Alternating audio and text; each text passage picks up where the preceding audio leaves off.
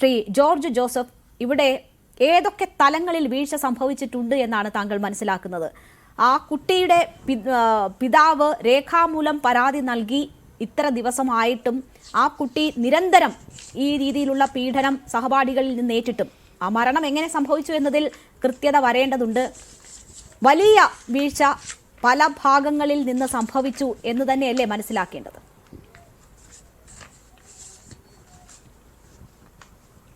അങ്ങനെ തന്നെ ചിന്തിക്കേണ്ടി വരും.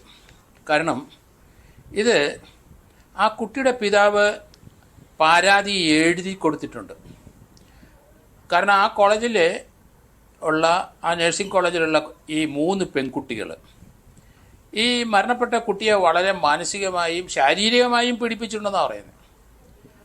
അത് തന്നെയല്ല, പരാതി കൊടുത്തിട്ട് അതേപ്പറ്റി ഒരു അന്വേഷണം നടത്തി അവർക്ക് വേണ്ട വാണിംഗ് കൊടുക്കുകയോ അതൊന്നും പ്രിൻസിപ്പൾ ചെയ്തിട്ടില്ല. ആ പിതാവ് കൊടുത്തിരിക്കുന്ന 2 പേര് ഹോസ്റ്റലുള്ളവരും ഒരാൾ കോളേജിൽ തന്നെയുള്ളതാണ്.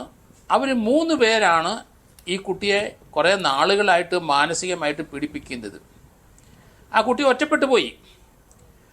അപ്പോൾ ഇപ്പം തന്നെ ആ വീഴ്ച 3-ാം നിലയിലാണെന്ന് പറയുന്നു. പക്ഷേ അത് കോളേജുകാർ പറഞ്ഞ് ആരാണ് കണ്ടതെന്ന് നമുക്കറിയില്ല. അന്നത്തെ ദിവസം കോളേജിൽ 4 മണിക്ക് ആ കോളേജ് വിടുന്നതിന് തൊട്ട് മുമ്പ് ഈ 3 പെൺകുട്ടികൾ ആയിട്ട് ഈ അമ്മു ഒരു വഴക്കുണ്ടായിട്ടുണ്ട്. അതിനുശേഷം നേരെ വന്നു, ഹോസ്റ്റലിൽ വന്ന ശേഷം മോളിൽ കയറി വീണു, അല്ലെ 3-ാം നിലയിൽ നിന്ന് എടുത്തു ചാടി എന്നൊക്കെയാണ് പറയുന്നത്. അതിനകത്തൊക്കെ ഇനി അന്വേഷണം നടക്കേണ്ടിയിരിക്കുന്നു. ആ കുട്ടിയുടെ തുടയെല്ല് പൊട്ടി വെളിയിൽ വന്നു. പക്ഷേ ആ കുട്ടിയുടെ ജീവൻ നമുക്ക് രക്ഷിക്കാമായിരുന്നു. അതെങ്ങനെ സംഭവിച്ചു? തള്ളിയിട്ടോ അതോ തന്നെ ചാടിയോ അതോ താഴത്തെ നിലയിലാണ് ആ കുട്ടി താമസിക്കുന്നതെന്ന് പറയുന്നു. എന്തായാലും വളരെ ദുരൂഹമാണ് ആ മരണം. ഇതിനകത്ത് തീർച്ചയായിട്ടും ആ 3 പെൺകുട്ടികൾക്കെതിരായിട്ട് നടപടി എടുത്തേ പറ്റുള്ളൂ. ധന്യരാമൻ അത് പറഞ്ഞു കഴിഞ്ഞു.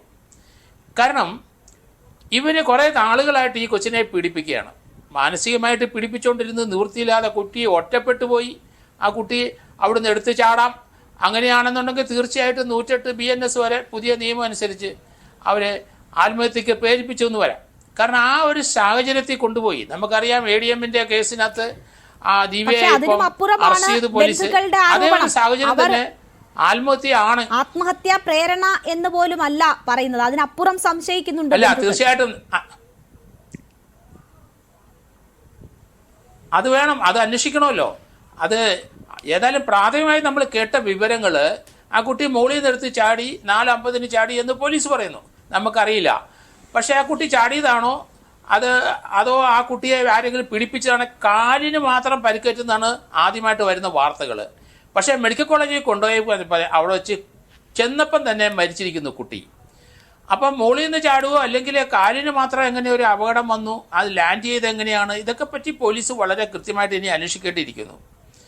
കാരണം എന്ത് പറ്റി ഈ കുട്ടിക്ക്? കാരണം കുറേ ദിവസങ്ങളായി കുറേ മാസങ്ങളായി കുട്ടി മാനസിക പീഡനം അനുഭവിക്കുകയാണ്. അതിനിടെ ആ 3 കുട്ടികൾ അത്ര സാധാരണക്കാരെ പോലെ ഉള്ള ഒരു പഠിക്കുന്ന കുട്ടികളല്ല.